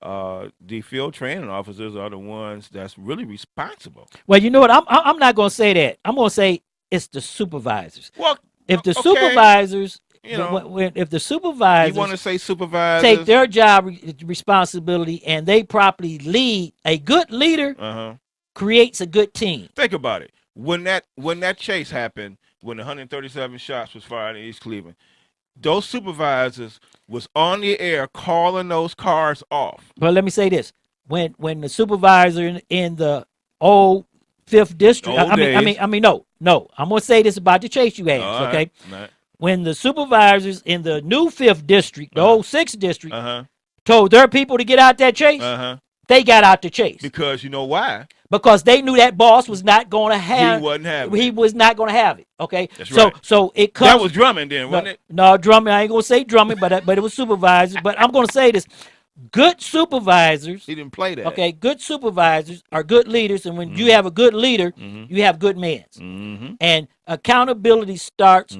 with them. I know. I used to have a pretty strong road boss and supervisor that if stuff get kind of crazy, I was like, because I knew. But you have to look at this. Law enforcement, things happen, okay? And it's not something that you can plan. It's not something you can say because you don't have any control over it, right? Okay? So innocent people is going to get hurt. Yeah. Suspects are going to get hurt. Police officers are going to get hurt, okay? You have to take each incident by the merits of the incident that took place. You can't go back and say, because Joe Blow did this, you going to do this, or this is going to happen. This is one thing that I had the disagreement with the number 2 contender, Mayor Eric Brewer. A felony approach, okay? There's no rules to tell me how to approach a suspect. I can get trained. Training is a guideline. So when I get into a high stress situation, I revert to my training. Exactly. It's not a rule to say that you can do this because there's no way they can tell you to do this. Okay. And then when you go back into the situations that happened with the chase, there was a lot of problems. But if you come back to self accountability, had the city of Cleveland supervisors and the mayor came out immediately to the community and told them point blank what was going on, what happened, we wouldn't have had the problem that we had. No. The Tamara Rice situation, had the police in the community came out and spoke on that instead of having someone else come out speaking on the behalf of the officers, and that's the problem in the chat room that they talk about. There's protection.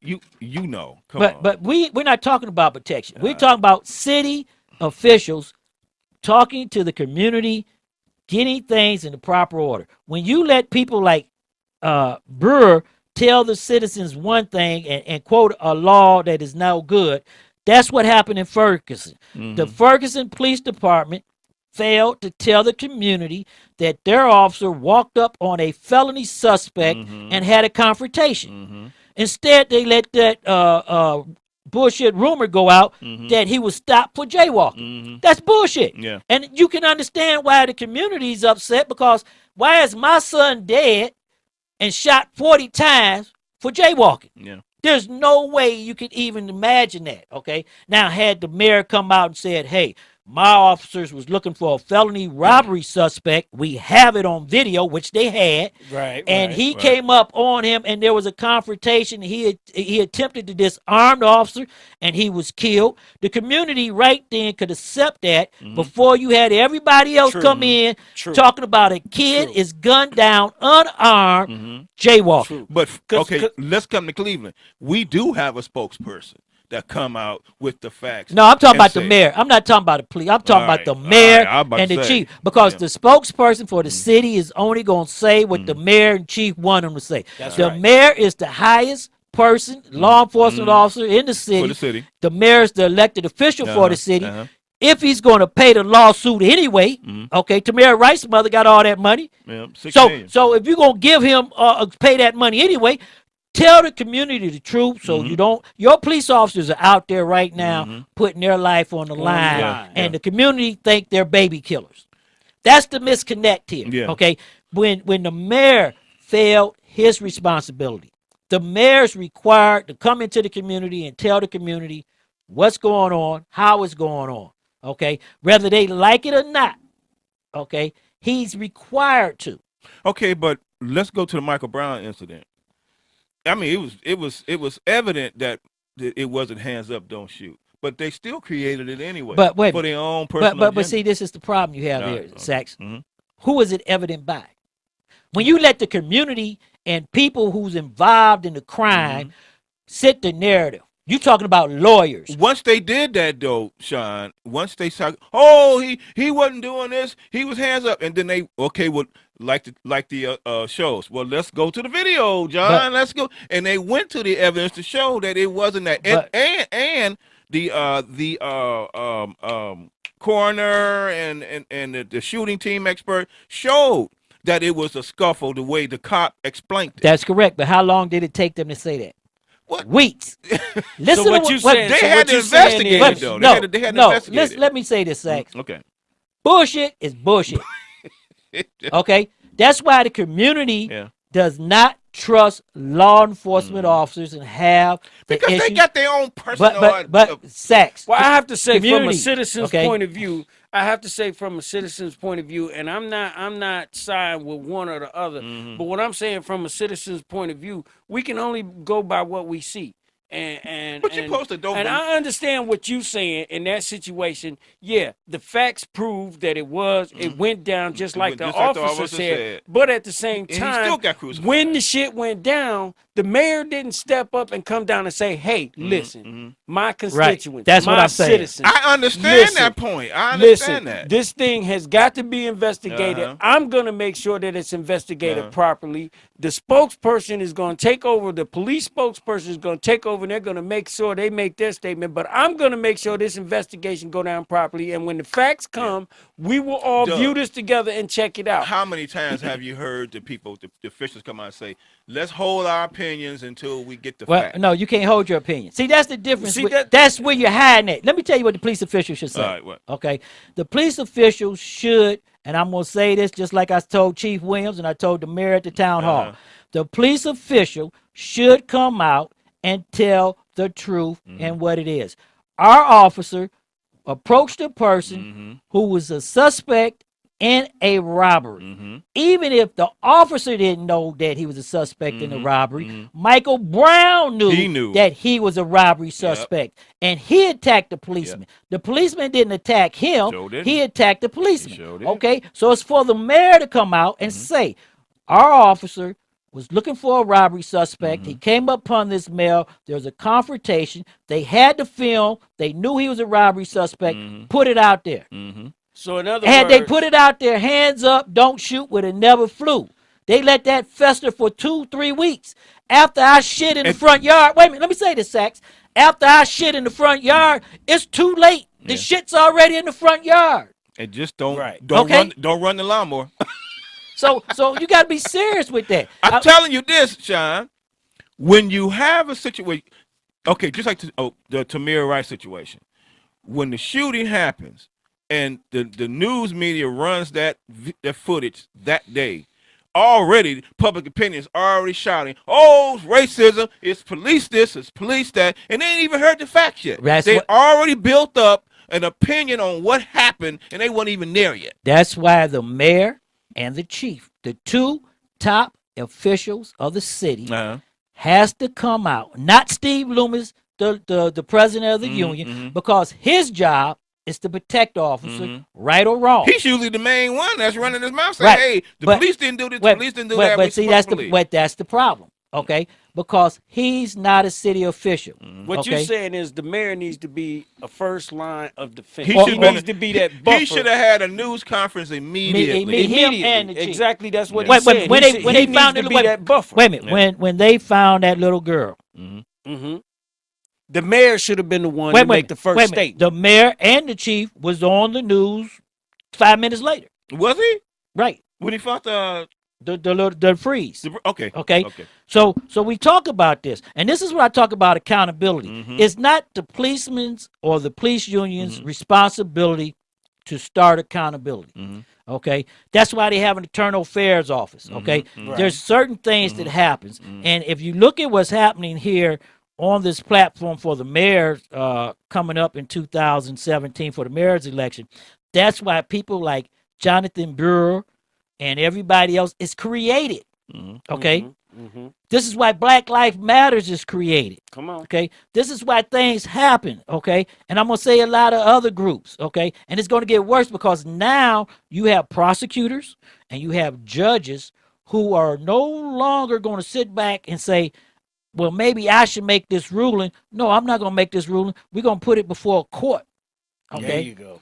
Now, when you put it before a court, that's a whole nother program. Anything can happen. Right. Okay? What if you get a jury, the classic example, a jury, and you put a policeman that was doing his job, okay? No wrong. And you put him before a jury and they convict him, put him in jail for 30 years. Yeah. Okay? Why should one officer be held accountable for something somebody else did? Okay? Well, just like I'm going to go back to the 137 shots. All them 137 shots. More than one person shot. You understand? But you had 13. Well, we know you had 13 officers shoot. So I mean, so that's therefore, a little excessive. But they only had one brother mainly under the spotlight, and that was the one that jumped on the hood of the car. And that was unfair. It was definitely unfair. That is exactly what I'm saying right here. Definitely unfair. Hell no. One guy. You got 137. You got 13 cops. You got 137 shots. You got one guy in the spotlight. They want to crucify one. Right. What the shit? I wanted to crucify him. Hell, somebody was standing on the hood. He was on the hood of the car, falling into the window. But hey, you know what? We got to go take a break right now to pay a bill. Oh, we do. We got to take a break on that note, and we'll be right back.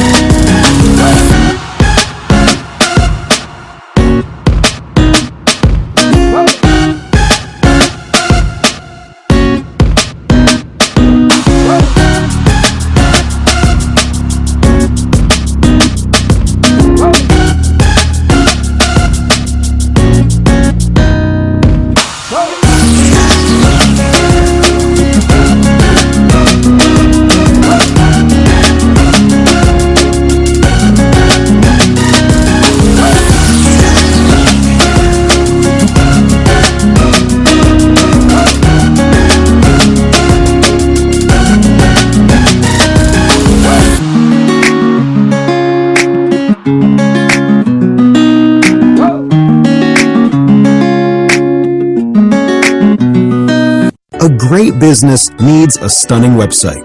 And with Wix.com, you can do it all by yourself. Wix.com makes it easy to look amazing online, no matter what type of business you're in. Show off your images in a beautiful gallery.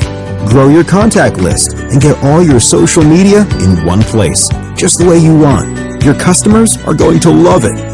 So, what are you waiting for? Show the world what you can do. Stop the madness. Keep it 100. The best talk show on the web is here on STMK Radio 100 with your hosts, Shawn L, Let, and Tone the Stone. Come join us from 6 to 8 p.m. Mondays through Fridays. Stop the madness. Keep it 100 with live call-ins, heated discussions about current events, politics, national news, weather, and sports. Join our live online chat room and let your opinion show. Download our phone app. Stop the madness. Keep it 100 on STMK Radio 100. Come join us from 6 to 8 p.m. Mondays through Fridays. The best talk show on the web is here on STMK Radio 100. Call us at 1-866-484-7865. That's 1-866-484-STMK. Stop the madness.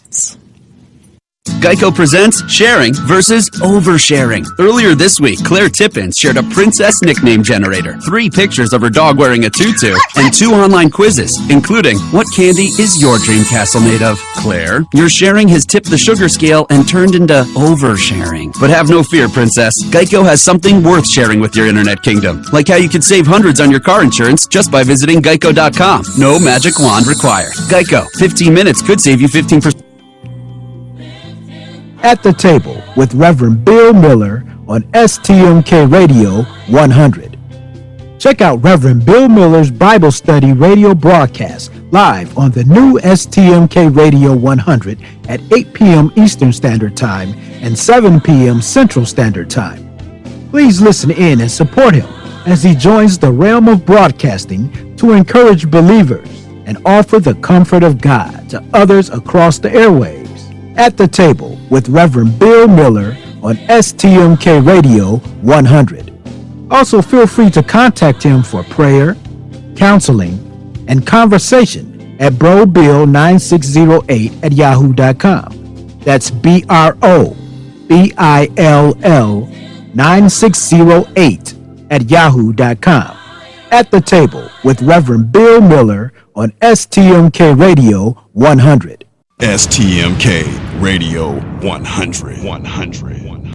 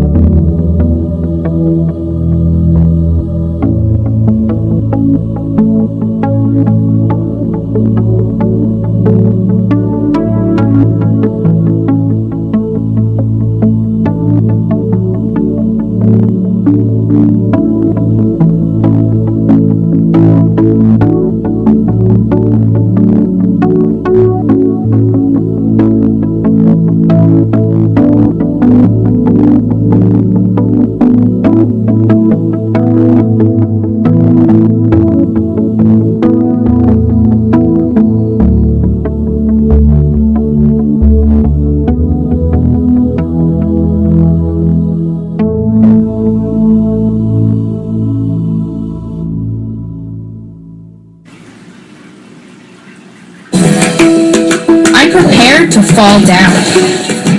Get back up and go for it. I'm prepared to try something totally new. I'm prepared to make my ideas a reality. I'm a Girl Scout. I'm prepared for whatever lies ahead.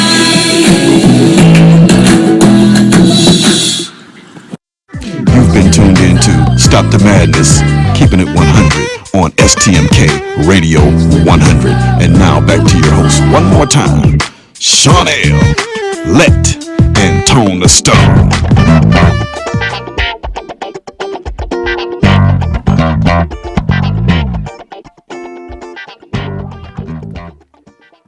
Well, welcome back with us tonight as we was talking about the 57th mayoral race for the city of Cleveland. And we was talking about rankings that we had with them, and that was the number 1 contender, Mayor Frank Jackson, the number 2 contender, Eric Jonathan Brewer.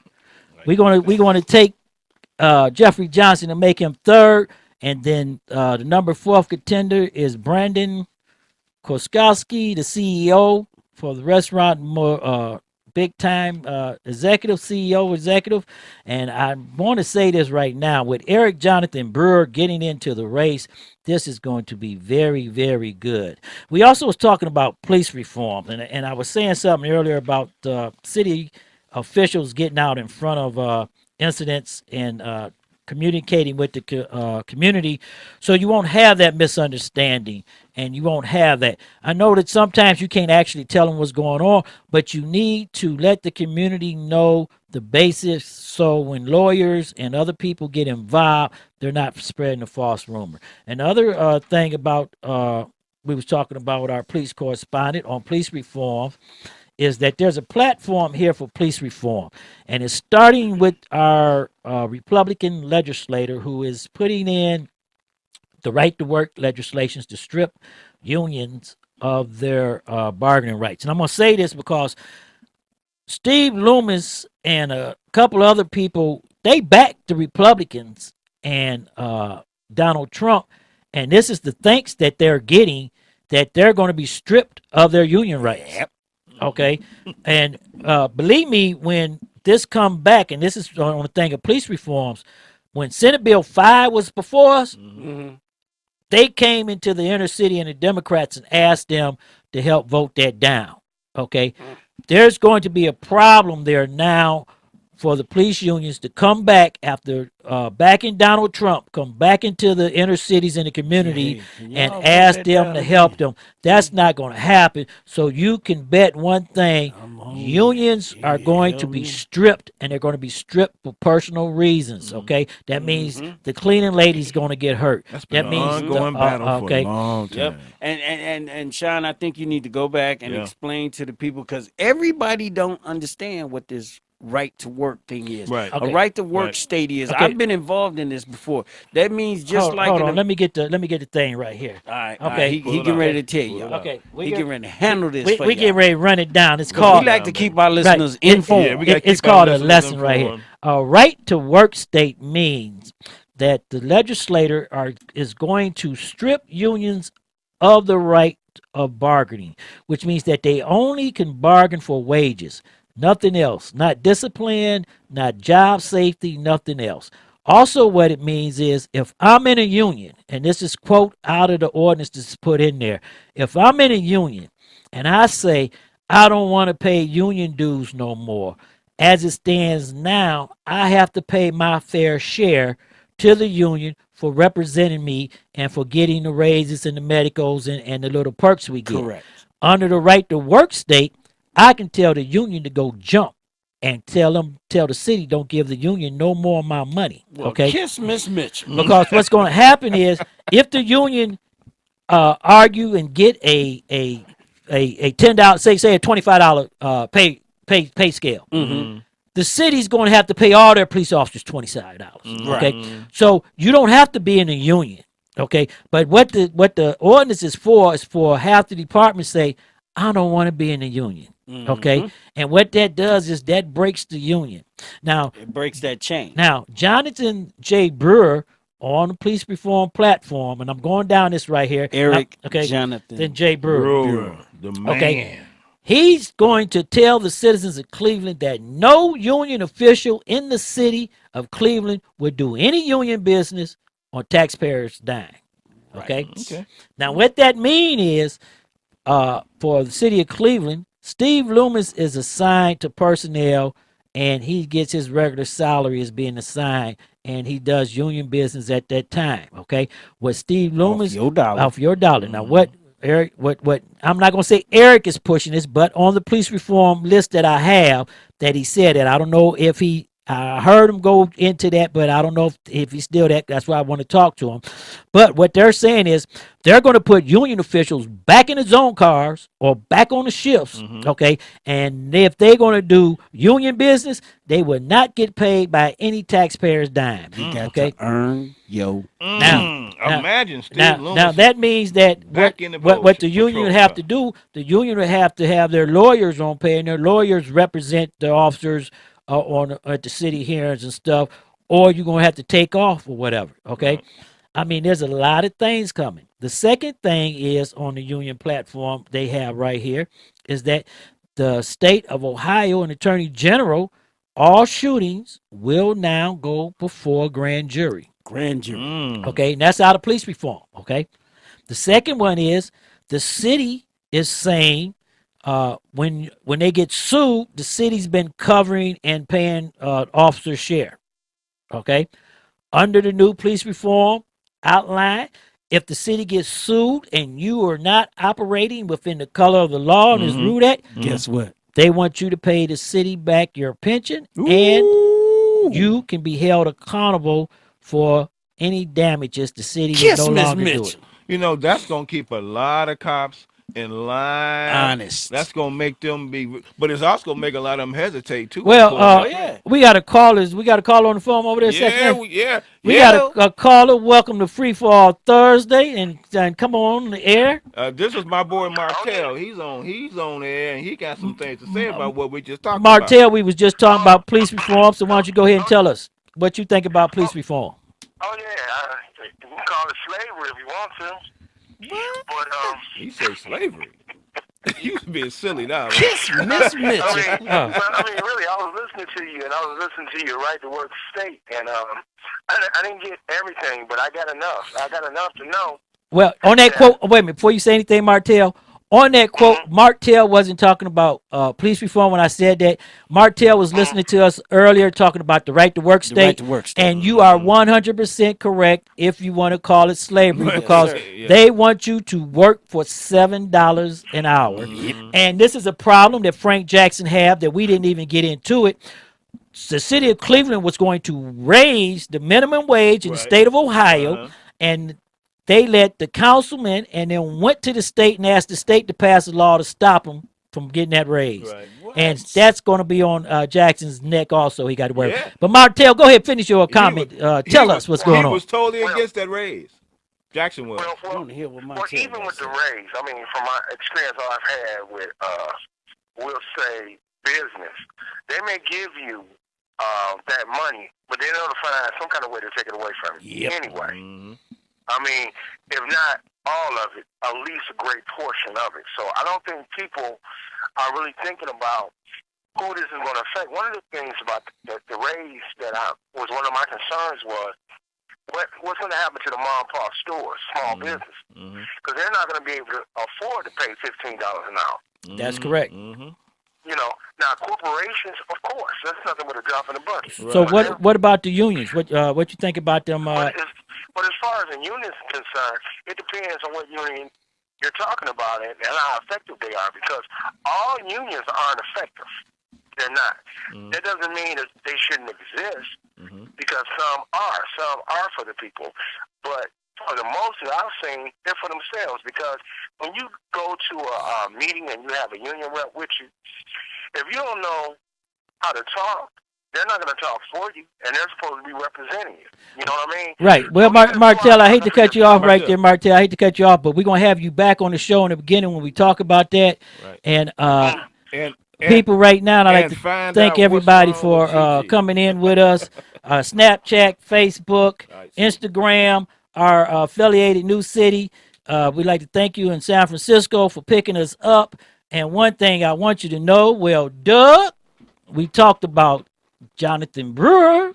Eric, we talked about Jonathan Brewer. We talked about Mary Jackson. Yeah, and we have so much, but people, it is that time. Fan base is big, I can't lose. Sugar bow down, I'm the next to rule, but I'ma stay on the cool, remain on the under, cause like Andre 3000, your boy's ice cold. Ain't no limit to the gimmicks and ways to make money. No limit to the just to act funny when you get that cake, cause you spit that way. They may love you tomorrow when they hate you today, but yo, that's the way the story goes, so I was told. Following the ramble down the yellow brick road, but please believe at the end ain't no pie to go. There's some platinum beats from the Cleveland streets.